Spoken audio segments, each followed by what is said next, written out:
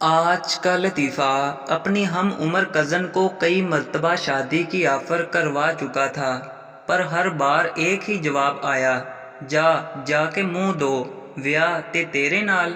اب مایوس ہو کے کہنا ہی چھوڑ دیا تھا۔ کچھ دنوں سے امی کی طبیعت ٹھیک نہیں تھی، تو گھر کا کام میرے ہی ذمہ آ گیا۔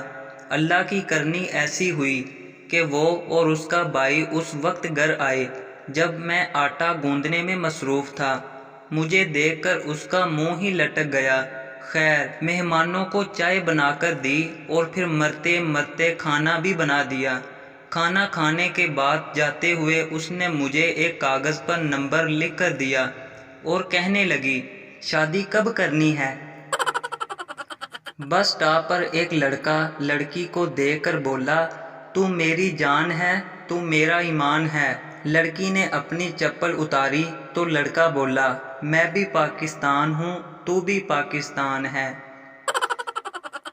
لڑکوں سے ان کی بری عادت پوچھو تو فٹ سے بتا دیتے ہیں، لیکن لڑکیوں سے پوچھو تو ایسے عادت بتائیں گی جو اگلے کو خوبی لگے۔ یار، میں بہت جلدی اعتبار کر لیتی ہوں۔ لوگوں کو دادا جی کی وراثت میں سے جائیداد ملتی ہے اور ہمیں شوگر اور بلڈ پریشر جیسی بیماریاں ملتی ہیں۔